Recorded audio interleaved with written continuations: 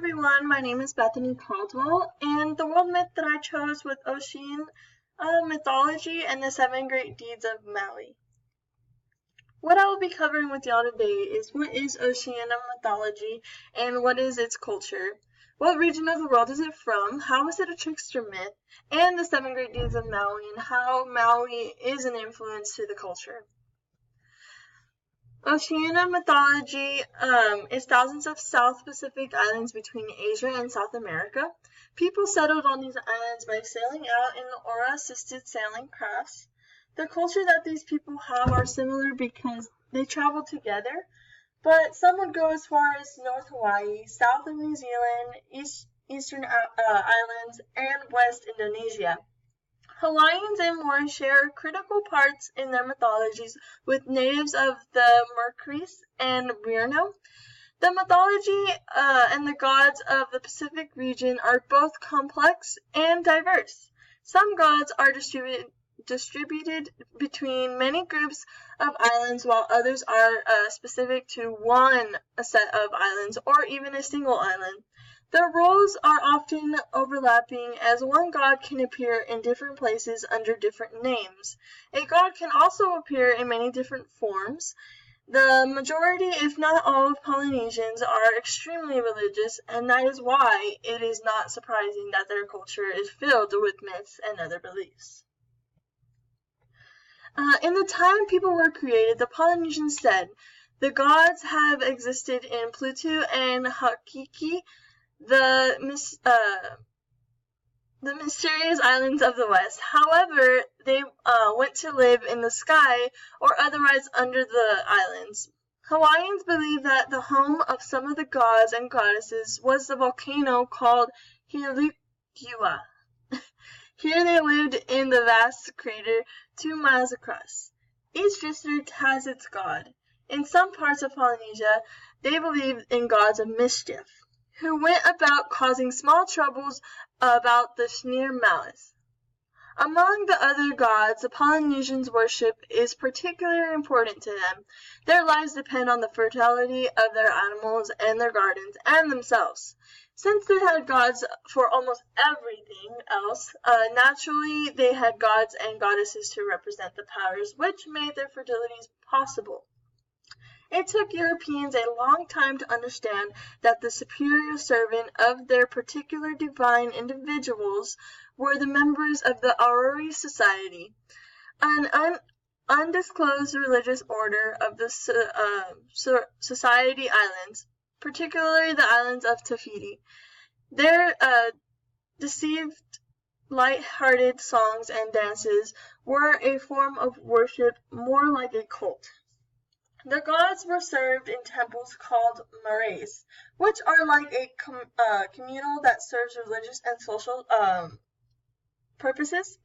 They were built on points of the land clear of everything. Basically, these temples overlooked the sea and could be found deep in the woods. A marae was usually a massive enclosure that consisted of stone walls and accompanied a number of small huts in front of an enormous pyramid. A wooden image of a god could be found on another small enclosure on top of the pyramid.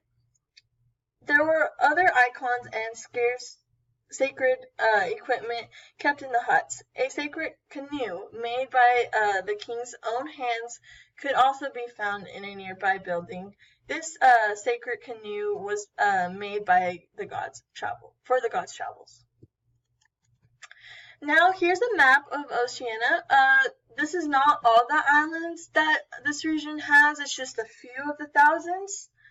So this is the region, and you can see New Zealand and all the different islands.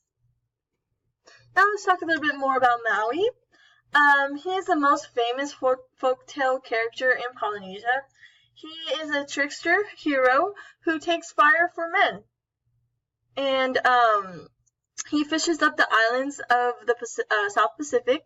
He traps the sun to extend the day and helps raise the sky. Maui is also known as Micronesian and some Melanesian folklore.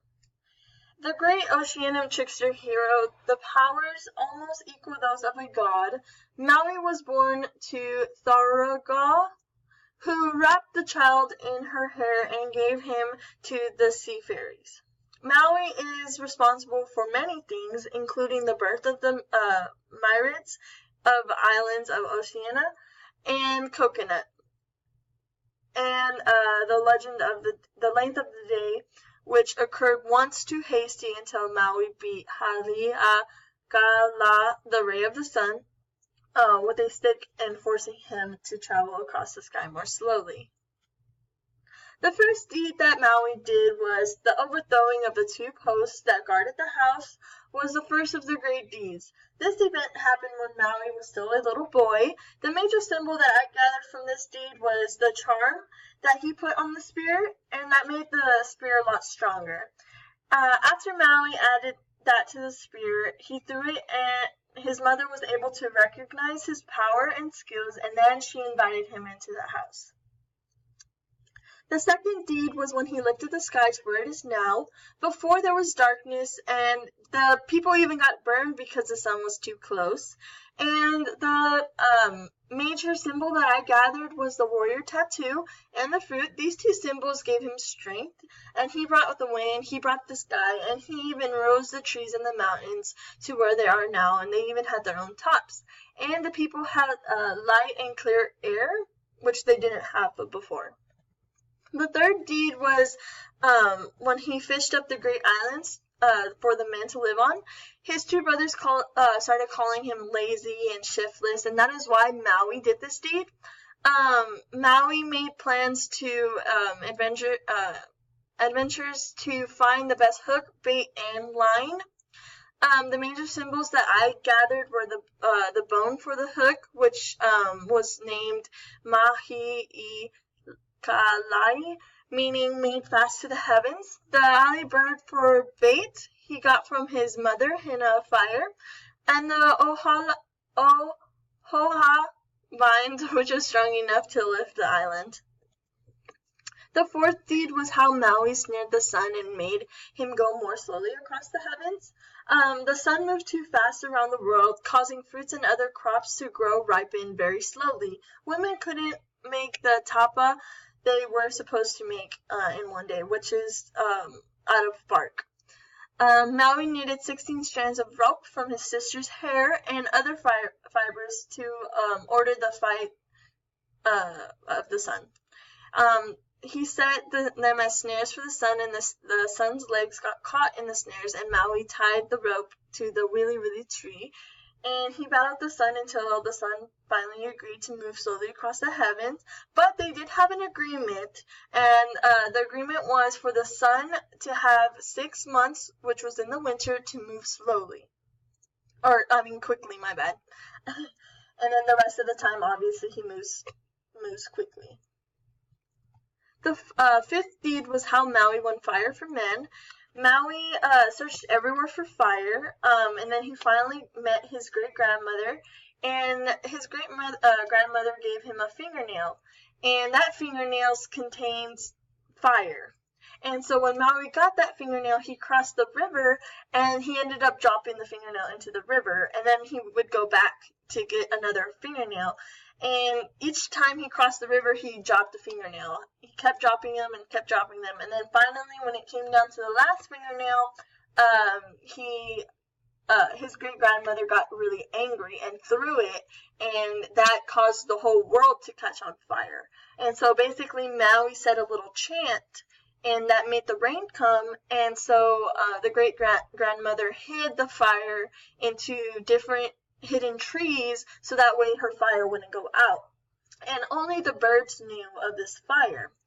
And every day his brothers would go fishing with him, and they would see smoke on the land, and whenever they would come near that smoke, it would disappear because the birds did not want Maui to find it. So this is where Maui becomes a trickster. He makes a decoy of himself. He puts it on the canoe that his brothers fish on, and they go off to fish. And nearby, Maui is hiding and they think that Maui's in the canoe because they see that decoy, and they start the fire, and then Maui goes out and basically strangles the bird to death until she finally gives up the fire and tells him how to make it and how to get it. And that is the 5th deed. The 6th deed is how Maui overcomes Kuna Loa, the long eel. This eel, he basically, there's a cave that his mother stays in, and it's over a river, which is where the eel lives.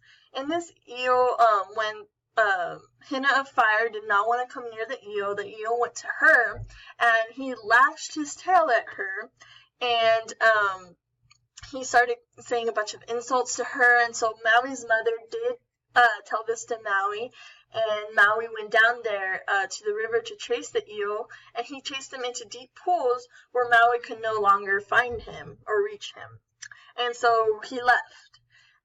After the eel saw Hina of Fire sitting on the mouth of the cave, he had a plan to push a rock across the stream, causing the water to rise and fill into the cave.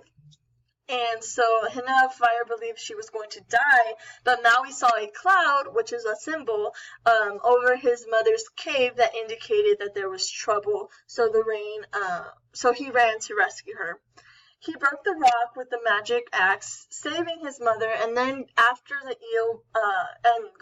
eel by throwing hot rocks into the pool that the eel was hiding in. Thinking that this has killed the eel, he continued on his way. One day, when Hina of Fire was standing by the shore, the eel appeared and began chasing her up into the tree. Maui appeared, slaying the eel and having it turned into different kinds of fish and eel. The 7th deed of Maui was how he strove to win immortality for men. The goblin goddess is in charge of death, and in order to win immortality for men, he had to remove the heart and feed it to everyone. So before going into the lair, he told the birds not to sing, not to laugh, and that was that. And then he went into the throat of the goblin goddess, and he went down the throat, and he retrieved the heart. And when he went back up to where the teeth were, the birds saw him with the heart in his hand, and they basically sang and they laughed. They did everything that Maui told them not to do. And so the goblin woke up, and she realized that Maui was still in her throat, and so she basically swallowed Maui, and that was how Maui led to death. And so, yeah, which is pretty interesting.